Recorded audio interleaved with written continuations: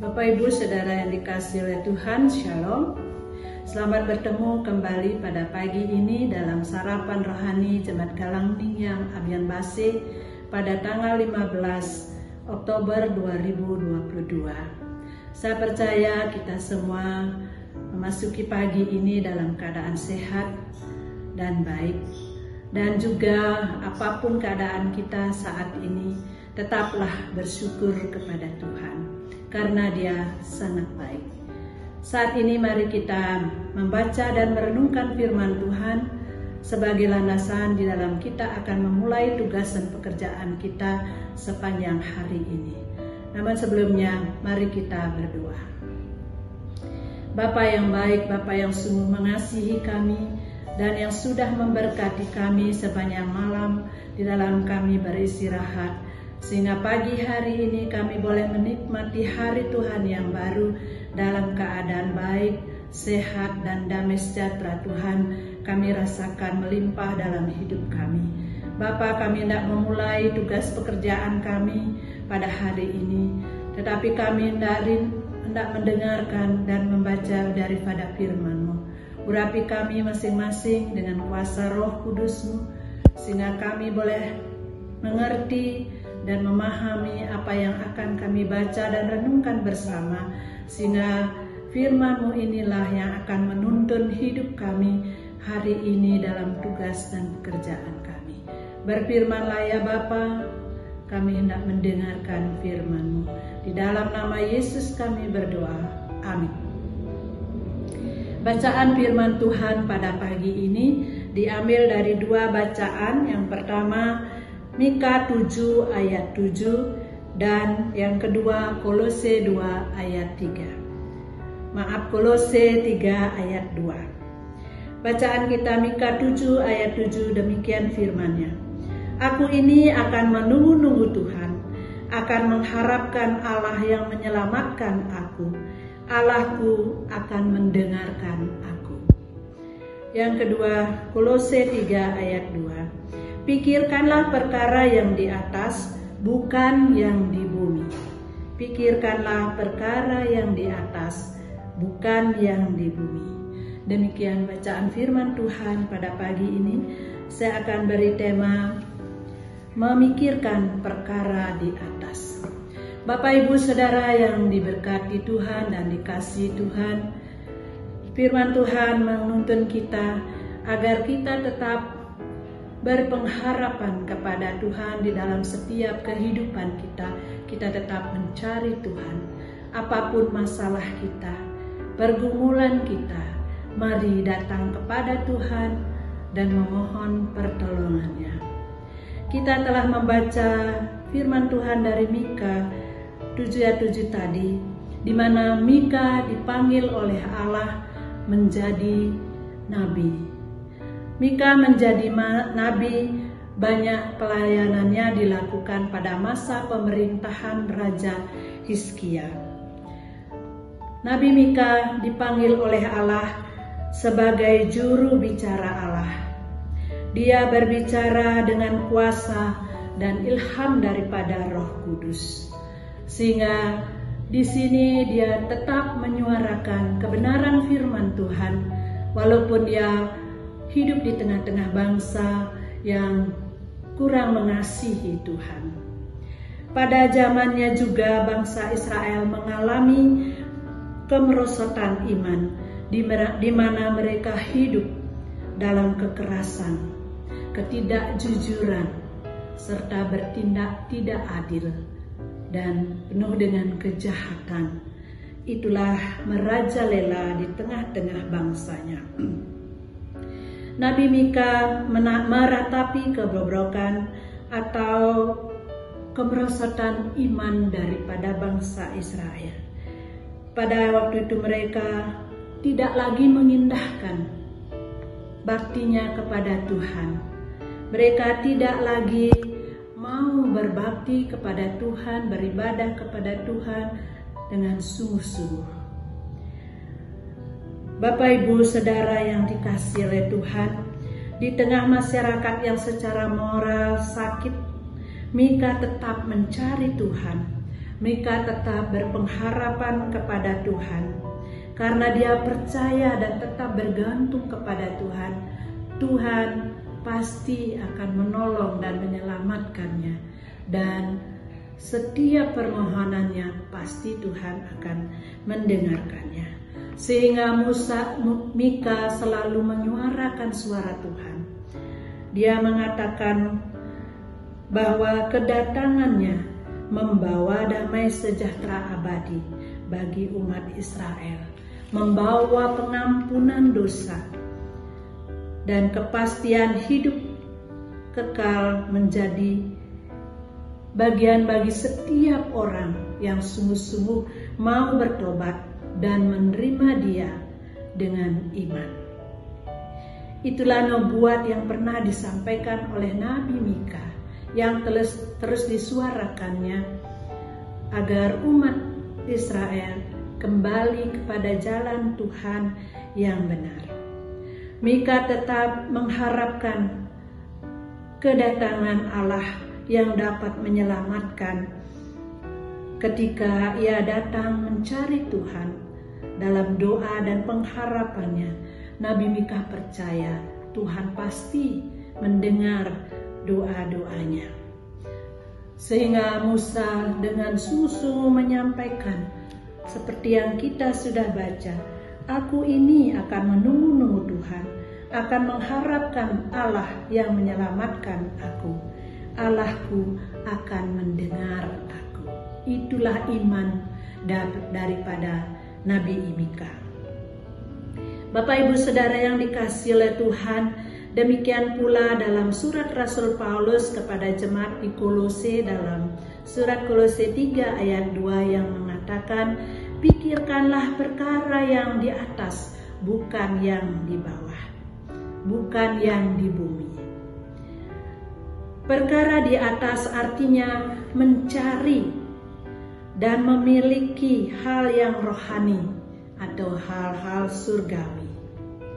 Carilah hadirat Tuhan dengan memiliki persekutuan yang intim dengan Allah. Carilah wajahnya selalu dalam persekutuan kita dengan Allah. Mencintailah atau cintailah hal-hal rohani atau hal-hal surgawi lebih dari mencintai hal-hal yang jasmani yang di bumi ini.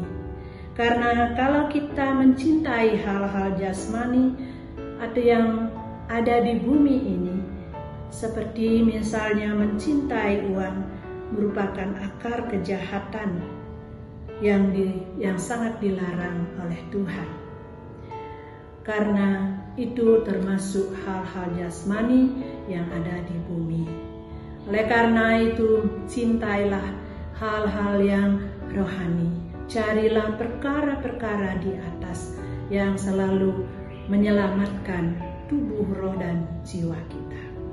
Bapak, Ibu, Saudara yang dikasihi oleh Tuhan, di sini tidak ada larangan untuk mencari dan memiliki hal-hal jasmani selama kita masih hidup di dunia, karena itu sangat dibutuhkan bagi kita dalam keluarga kita.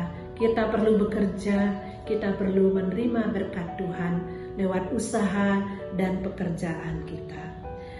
Karena jika itu dilarang, itu juga bertentangan dengan firman Tuhan dan tidak ada tanggung jawab kita di hadapan Tuhan. Dalam firman-Nya mengatakan, jika seseorang tidak mau bekerja, janganlah ia makan.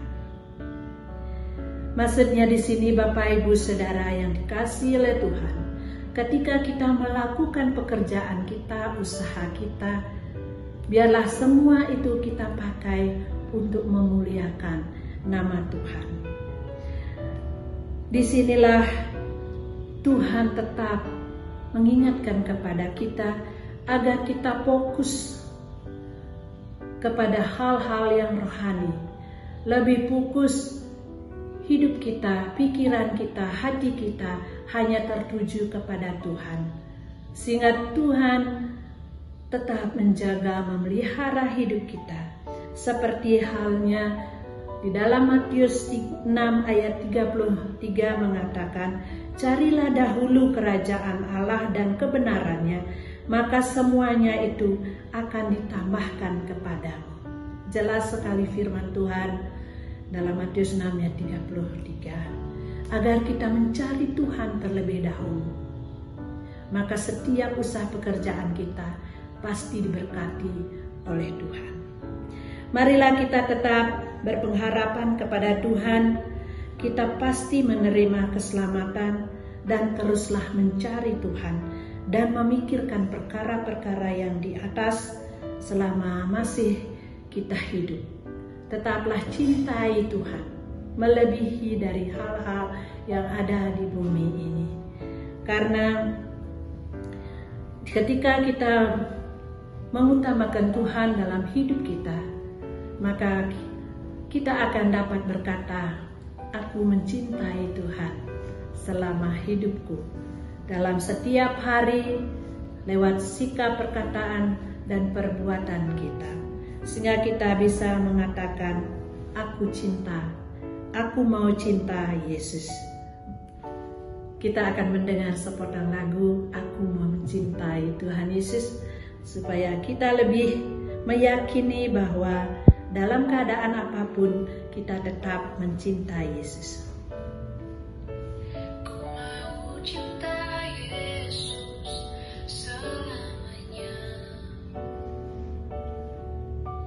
Ku mau cinta Yesus selamanya. Meskipun badai silih berganti dalam hidupku, ku tetap cinta Yesus selamanya. Demikianlah sepotong lagu. Kiranya Bapak Ibu melanjutkan karena ini adalah lagu yang sangat populer. Ketika kita mau mencintai Yesus, di dalam kita menghadapi badai silih berganti, hidup kita akan tetap mencintai Yesus. Demikianlah firman Tuhan pada pagi ini. Kiranya Tuhan memberkati kita semua. Mari kita tutup dalam doa. Bapa di surga, kami bersyukur pada pagi ini karena Tuhan sudah memberkati kami lewat kebenaran firman-Mu.